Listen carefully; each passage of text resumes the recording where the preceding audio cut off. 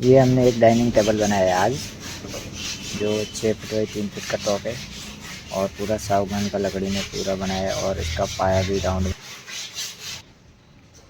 तो ये आज हम बनाने वाले ये डाइनिंग टेबल है, 6 फीट बाई 3 फीट का टॉप आएगा पत्थर का, और उसका ये रहने वाला है पाया जो राउंड में, और जो ये साइड में दिख रहा है ऐसा बनने वाला है टेबल।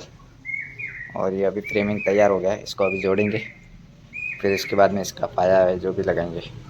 और ये हमने ये मशीन से पूरा 45 डिग्री में कटिंग किया है कातरा, ये वाला।